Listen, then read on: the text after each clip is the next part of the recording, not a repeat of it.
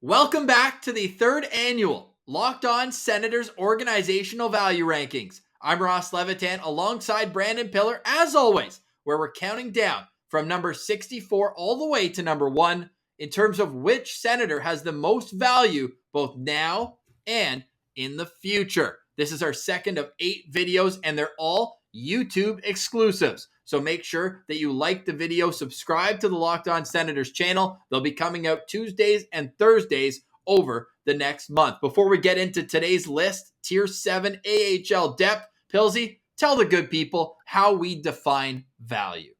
Yeah, just a quick wrap up so you guys understand how we're determining where we slot players, where we did. We wanted to do it in tiers. So each tier are guys that are fighting for similar spots, are in similar spots in their career, and have similar value. Now, how do we arrive at that value, you ask? Think about when you're playing on Chell, NHL 22, and you get that bar of value line. That's kind of what we're trying to go for here. So everything gets into factor here. Age, contracts, what they've done in previous years, what their expectations are in the upcoming season. All those kinds of things went into our evaluation of how much value we give these players and where we rank them and what tiers we place them in. But one thing was for sure. We wanted to keep players with like-minded players in terms of where they are. For example, we have one tier coming up that's just NHLers. There may not be anything special, but since they're already NHLers, they certainly deserve to be above your, let's say, B-level prospects. Because what's a B-level prospect realistically going to be? A third line, top 9 player, or a 5th defenseman? Whereas these players have already accomplished that. Yeah. So that's a bit of the background here. And why not start today's list with Attendee, Pills? He's already the second goalie on our list, coming in at number 55 on this year's organizational value rankings. It's Antoine Bibeau, who signed a 1-year, $750,000 contract. It's, of course, a 2-way deal as well for a guy expected to be in Belleville. Yeah, Antoine Bibeau was a guy that the organization brought in for some insurance in the crease, right? And I joked when we first announced that the Sens signed him that the reason I like him is because I don't like him. I don't mean that as a personal slight to Antoine Bibeau. It was just me saying, I'm glad this is someone that won't block prospects. He'll be there to fill in the gaps, and he's not someone the Sens are invested into long term. He's kind of a journeyman goalie in the AHL, 28 years old, but he's got good size, 6'3", 205 pounds. He was drafted in 2013 by the Leafs, and now he's on the good side of the Battle of Ontario, but he's been all around the AHL to get here in Belleville, though. 202 AHL games, Pilsy, 104 wins, 65 losses in there, 16 shutouts, a 908 save percentage. Again, he's not going to be a guy that demands playing time with the quality you're going to get. An 890 save percentage in 19 playoff games in the AHL. So again, you're looking at a guy who comfortably slots behind Mandolese and Sogard on the depth chart. But if anything were to happen, which we've seen time and time again, it happens. Injuries happen. Inconsistency can happen. And in those situations, when one guy comes up, it's a chain reaction, and somebody has to fill in at the AHL level. Now, credit to Logan Fladell, who's not on our organizational rankings, but he was an East Coast goalie, or an ECHL, I guess, goalie, who earned an AHL one-way contract this year. So he's going to be in the mix too.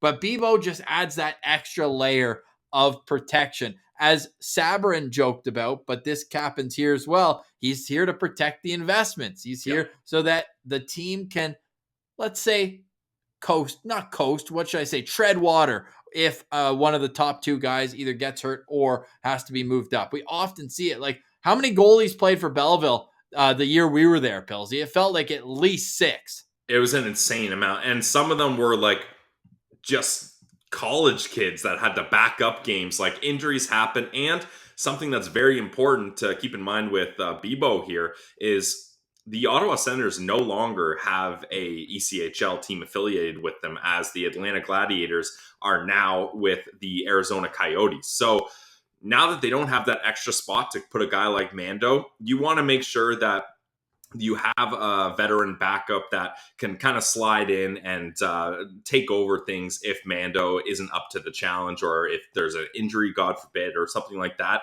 It's good to have a guy like Bibeau around. So I think this is a very kind of limited move pickup, but it's something that it's nice to have in the back of your pocket, because yeah, the goalie carousel can get crazy. And honestly, Bibeau is a guy who, if there's a lot of injury problems, he could play 1 or 2 NHL games in a pinch. You wouldn't want that, but you could do that if need be.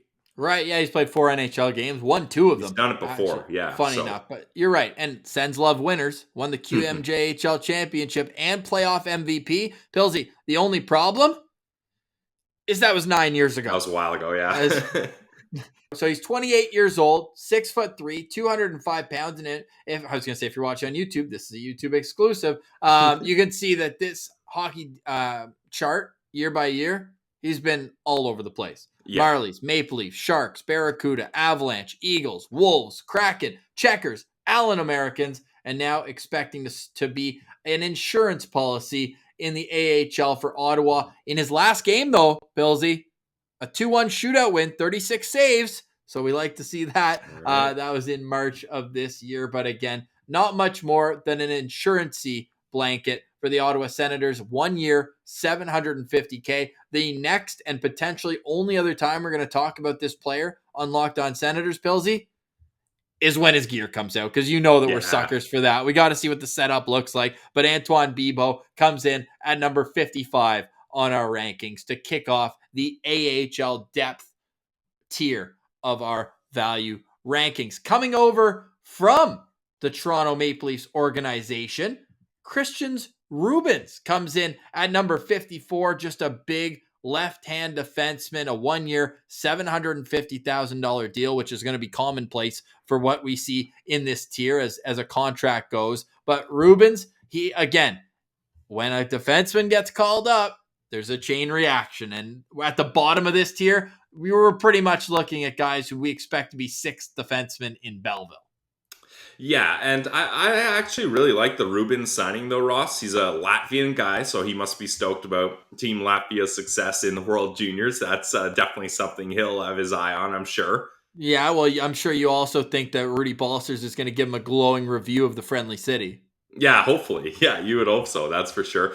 But he doesn't have as much AHL experience as some of the other guys that we're about to talk about. But he does have, I'm looking here, 1, 2, 3, 4. He's a winner, though. Yeah, a winner helps. He did win ECHL with the Newfoundland Growler. So that's definitely a nice achievement for him to have. But he's been in the Leafs organization this whole time. Once again, coming over to the good side now. But he's someone that you can comfortably put in your decor in Belleville, and you know he's going to help those guys like Lassie, JBD. He's going to help those guys feel a little bit more comfortable out there. 6'5", 227 pounds. That's someone you want on your side in the AHL at certain times. So I think the Kristians Rubins signing was a really good one. And I think people overlook how important it is to have stable defensemen playing in your AHL organization, because Belleville, we talked about the goalie carousel in Belleville, Ross. I think the defense carousel in the years we worked at Belleville was even crazier. It was insane how many injuries and how many different guys they had to call up and down just to fill the roster. Yeah, he's big, he's mean, he's 6'5", 225 pounds, skating not his biggest attribute. December 11th birthday, he and Daniel Alfredson share a birthday there, although Alfie's a couple years older. This kid's 24 years old. You mentioned that he's from Riga.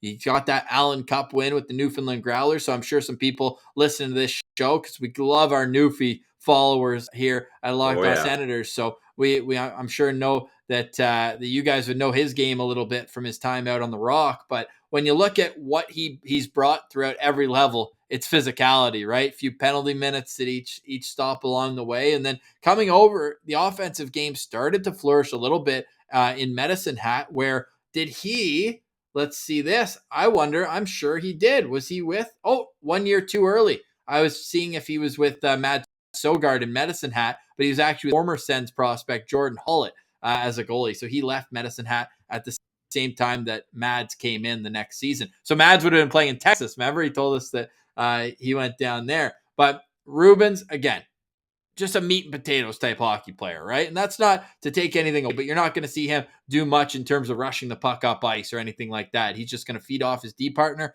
throw some big hits, and try to clear the front of the net. Sounds good to me.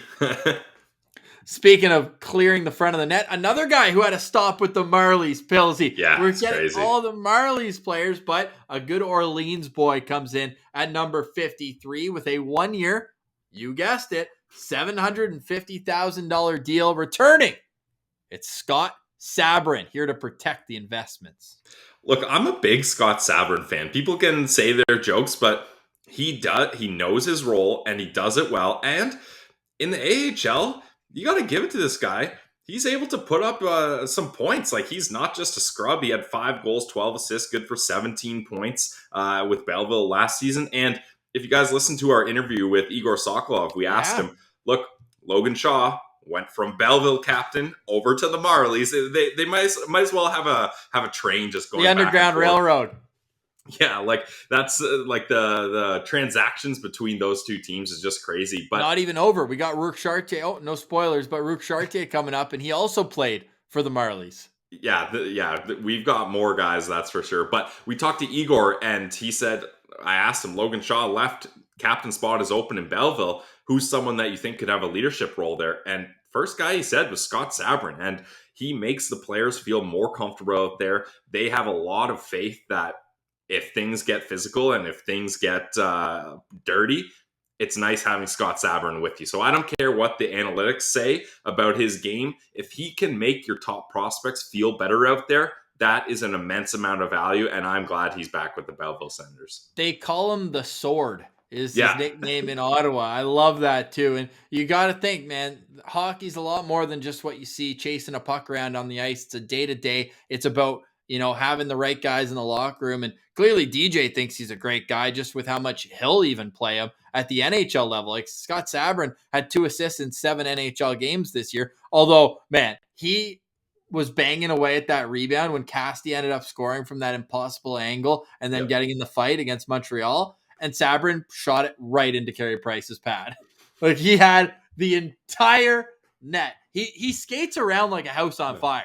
Like, he is just running around, or a man on fire. Like, he's just trying to go 1,000,000 miles a minute. That the skating is way faster than his hands and his processing is. So it kind of looks a little wild at the NHL level, or like, how would I say this nicely? Like, just all over the place.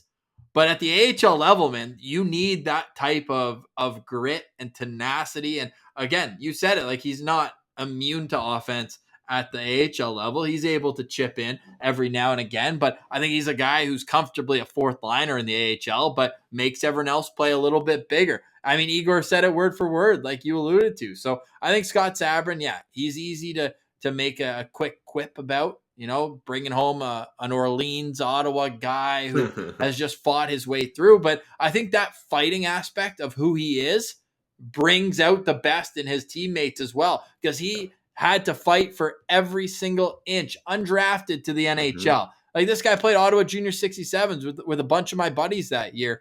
He's my age group. Went and played 2 years of Junior A locally. Walks on with the Oshawa Generals. Guess who his coach is by the end of his time there? I think so, at least. Was he there? Yeah, DJ was there, right? Yeah, I'm pretty sure he was. Yeah. I could be wrong, but I think he was. Okay, we're gonna fact check that one here. But he puts up 30 goals, gets an NHL contract, gets some games in the AHL. Did he? No, he didn't win the Calder Cup with them. He was just gone before, but he's just everywhere he's gone. Look, I mean, the penalty minutes speak for itself. But again, this is a guy who has grinded for every single step that he's been able to get to at the NHL and AHL level. So I love the fact that they brought him back into the mix here on a 2-way deal. They're not being like, okay, you're going to make the NHL team. No, you're probably not even going to make top 9 in Belleville, but we do appreciate what you bring to the table. So stick taps to Scott Sabourin, the Sword, on this one.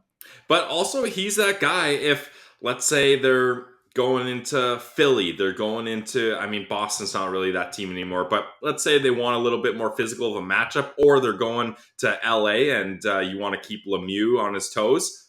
Bring Scott Sabourin up for a game just to send a message. Hey, I know we've got the skilled young guys, and we just added DeBrincat and Giroux, and we're not just a rebuilding team out here trying to battle hard. But if you need to bring Scott Sabourin up for a game or two to make sure the young kids don't get pushed around up in Ottawa as well, you can do that too, and the boys appreciate it. So I just think he's a valuable player to have, even if the numbers don't jump out at you. DJ Smith's first year with Oshawa was Scott Sabourin's last, where he scored 30 goals, 50 points, 142 penalty minutes, and then had 7 points in 9 playoff games. So you can certainly see why DJ has fond memories of Scott Sabourin playing under him. So stick taps to Sabby, 53rd on our value rankings. Up to number 52, a left shot defenseman with 2 years left on his contract. He re-signed this offseason. $762,000. So little pay increase. There you go. The big earner here is Dillon Heatherington, who is as stable an AHL defenseman as I think you'll find. We always called him, oh, how am I forgetting? Who's the big French guy they had before him? Who went to Germany? Oh, no, I know exactly who you're talking about. This is driving me. It's not Aspero. No, we're going to get to him later on. If I type in Brandstrom, because they played on the same team together, you know who I'm talking about, right? Yeah, I do. Yeah. It's escaping me right now, too. How bad is this, man? Great YouTube coverage here. No, okay. Go ahead. Start talking about what Dillon Heatherington brings to the table here, and I'll just jump in and cut you off when I find out who this is. All right. So Dillon Heatherington, yet another big left shot defenseman, 6'4", 216 pounds. But unlike the other guys, well, actually one guy we're going to get to probably has a little bit more experience. He does have a lot of AHL experience, and he's been relied upon in a big way. He made it to did Texas win that year? I think they did. The Texas Stars. I think they won the. No, they lost or to they Marlies. lost to the Marlies. Yeah, in the final.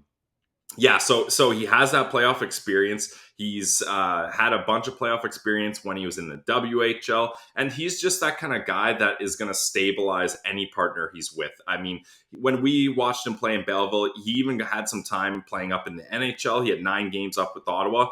I thought he was really serviceable. He didn't do any one thing really good, but there wasn't too many opportunities where I was sitting there being like, okay, Dillon Heatherington, this guy cannot hang in a bottom pair role for a couple games in the NHL. So you want guys like that give you that flexibility to say, you're going to stabilize in Belleville, but if we need you to come up and play a couple games in the NHL, you can manage, you can hang for a bit. And I think Heatherington does a great job with that. And he's someone that I'm glad they brought back for 2 years, because I think Troy Mann was a big fan of his as well. Any idea on the French defenseman? Very steady, stay at home.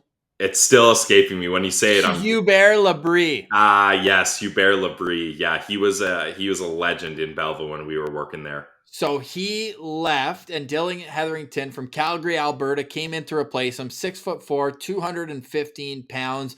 Just as classic a Western League defenseman as I think you're going to find, right? Like, that's, to me, when I think of Dillon Heatherington, I think of shot blocking. I think of solid physical play along the wall behind the net, and a guy who's quick to look for his D partner once the puck's on his stick.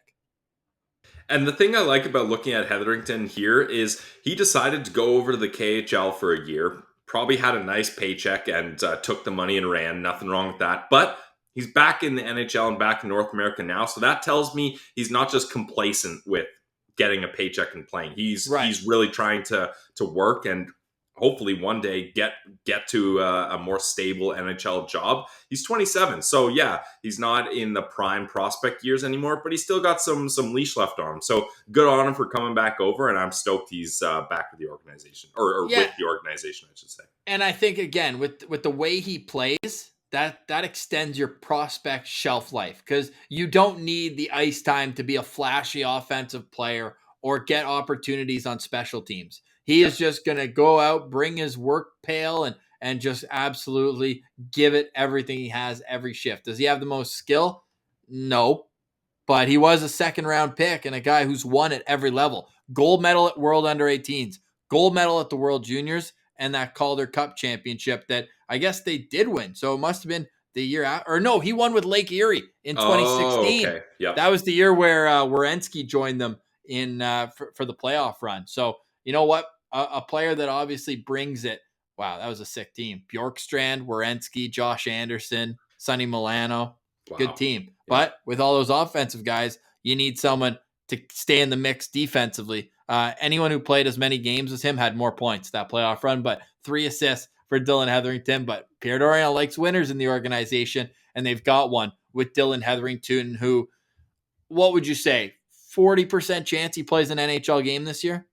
Yeah, he would only be brought up in case of emergency, right? Like he's, I always joke about it, in case of emergency, break glass and use Jonathan Aspero.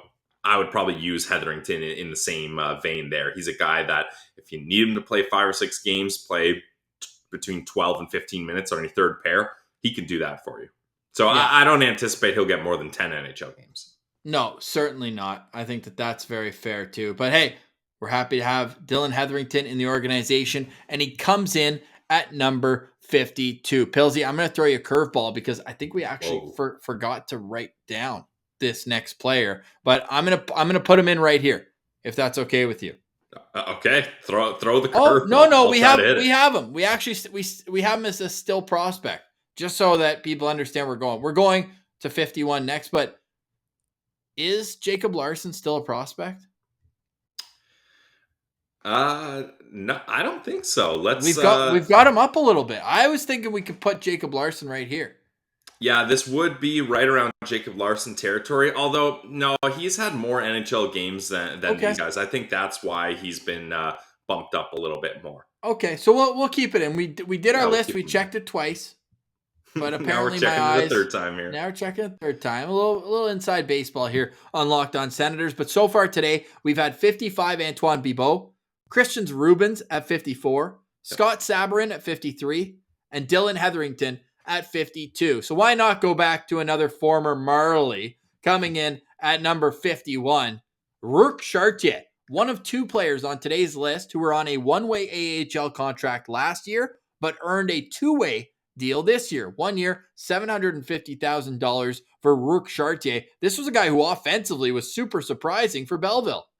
Yeah, I'm a big Rourke Chartier fan, and I think he's one of those guys that flew under the radar just because he'd just been hanging around in the AHL a while. I mean, he did get 13 games with the Sharks a couple years ago, but he's an AHL forward, but don't take it away from him. In 33 games last year, he had 25 points. Like, that's pretty solid in a small sample size like that. And he was able to be consistent. Like, if you look at his game logs on EP, he had one stretch where he had a bunch of zeros, but to finish off the year, he had a lot of points and pretty much scored almost every single game to finish off the year there. So I think Rook Chartier was a great guy to keep. And again, people may not think that guys like him are important, but they are very important to just grease the wheels and keep things moving for those rookies and younger prospects in Belleville. Yeah, like look at starting from let's start from March, that game up against the Hartford Wolfpacks. He's got pretty consistent points there, and he was a big part of that push for them to get to the playoffs. He did miss some time, though, now that I'm looking at it. He missed some time in April, so that's probably where something happened, and he maybe had how about coming back? Lingering. How about coming back, getting a goal and an assist in 2 playoff games where Belleville, they scored 6 goals, and he had a point on 2 out of them. So yeah, that 8 shots on goal, like I thought his playoff really impressed me, especially coming back. He hadn't played in over a month, and then all of a sudden he's coming back and he's contributing the way he did there. So I thought that was super impressive in itself when it comes to Rourke Chartier. Chartier is 26 years old. Like, I'm not saying he's a prospect. I'm not saying that he's going to be an impressive NHLer, but I think that he's certainly a guy you want to have in the organization for depth, right? Just under 6 feet tall, but plays bigger, from Saskatoon. So, he's bringing that grit you get in the WHL. He's worn a letter at different levels, wore an A in Kelowna in the WHL, and then got a taste of NHL action as well with the San Jose Sharks, playing 13 games. He scored his first NHL goal there as well. So, he's not is it improbable that he plays in the NHL? Yes, but I wouldn't say that's impossible if they get into a situation where injuries come up, which we know tend to happen. But certainly a solid first year. Look at that juxtaposition between his year with the Marlies last season and this year with Belleville Bills. Yeah, it's crazy. And yeah, I was a little off there. He missed that push to the playoffs at the end of the season, but he did have really good stretches. And like you said, Belleville, they lost those playoff games by close margins, both games, and he was able to contribute. So he really helped push them to make those good games at least. So Rook Chartier, great to have him back. Yeah, 100%. He'll be a top 9 centerman, I believe, in Belleville. However, this next player coming up also earned a 2-way contract. We were banging the drum all season. How does the leading scorer not get a 2-way NHL contract? Jake Lucchini came over in a blockbuster trade for future considerations. He plays center. He plays left wing. I think he'll play left wing next year, but coming in at number 50 on our organizational value rankings, it's Jake Lucchini, man. Trail BC's finest, as the 27-year-old just decided, you know what? I'm sick of playing games and not scoring at the AHL level. Only 6 points with Laval the year before in 28 games. He goes, you know what?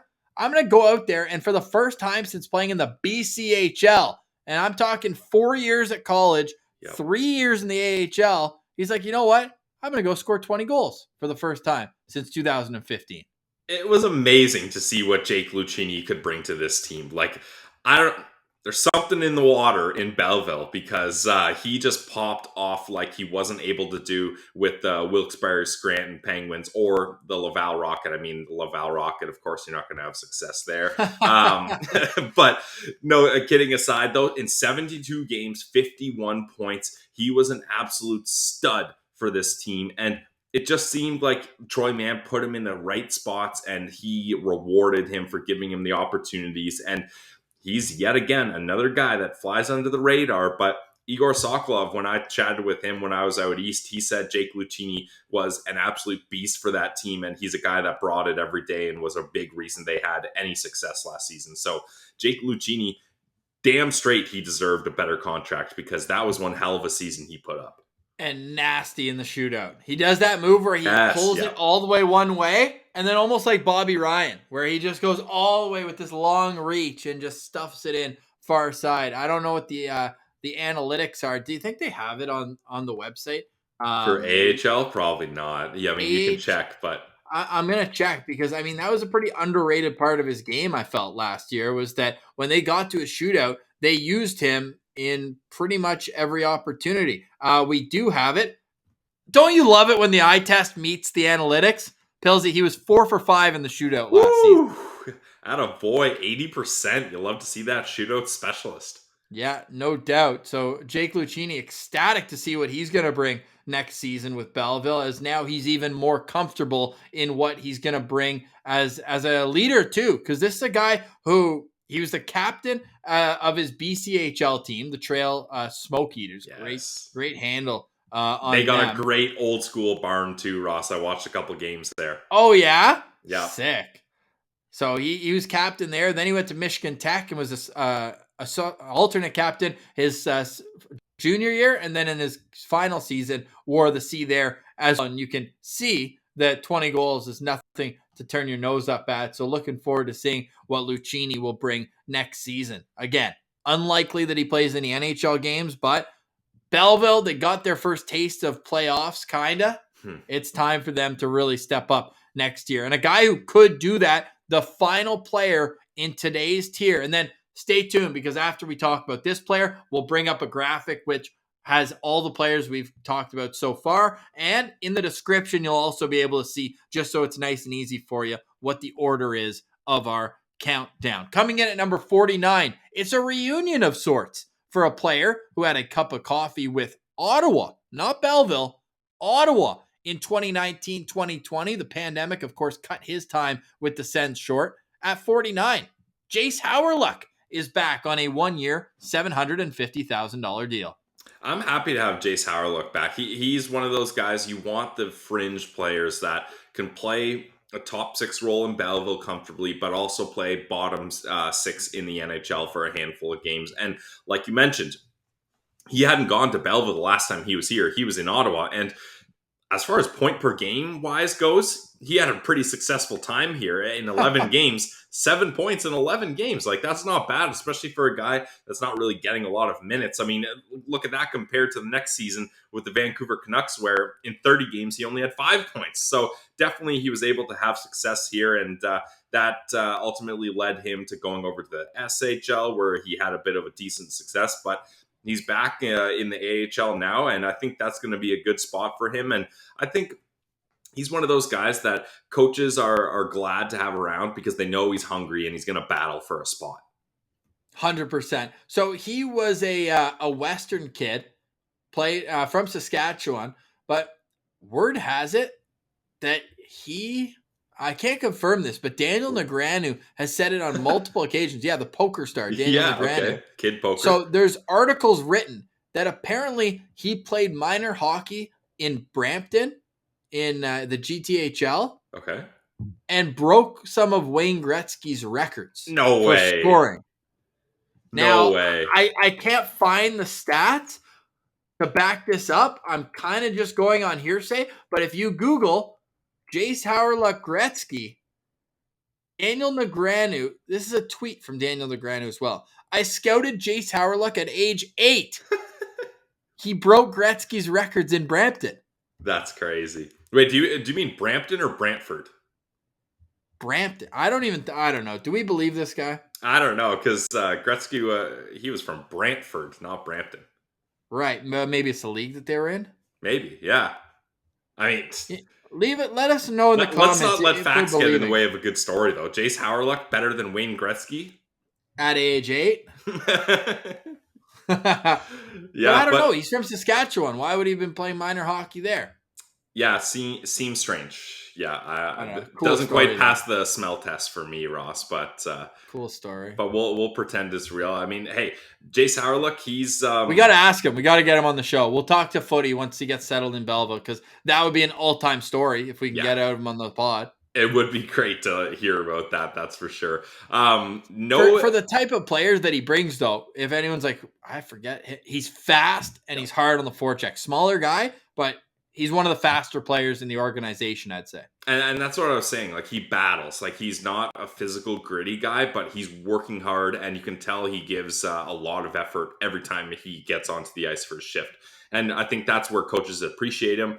He has no AHL playoff experience. He kind of bounced up and down, NHL, AHL, even some ECHL time. So he didn't have a lot of consistent time anywhere. But he did get a taste of the playoffs over in Skellefteå. I hope I did that one right. I think I've got it now, though. No, damn. 6 games, 1 assist. So he's coming back to Belleville here. I think he'll be a top 6 guy in Belleville, and he's someone that Troy Mann's going to love.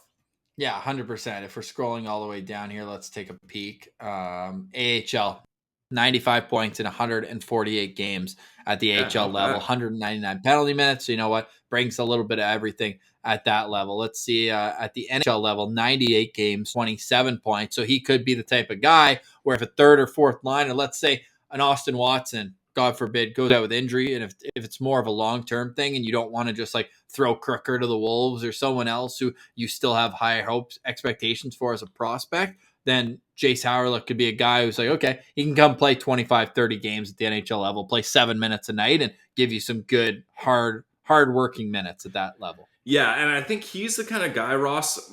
Pierre Dorion is probably deciding, do we bring Tyler Ennis back, or do we get a guy that we can comfortably put up and down? Because I think the thing, it would have been great to have Tyler Ennis back, and I think that would have been a better statistical decision at the same price point probably. But you're not going to send Tyler Ennis down to Belleville for 30, 40 games. No, you don't send the best ever do it. You don't do that. No, although Jayce Hawryluk is comparable to Gretzky, so maybe he'll be offended by doing that as well, apparently. Can someone in the comments please let us know? Yes, if that's fact or fiction. We need some insight on that. But what I'm trying to get at is when Vegas played Toronto, I reached out through Twitter though. I don't know if I have it.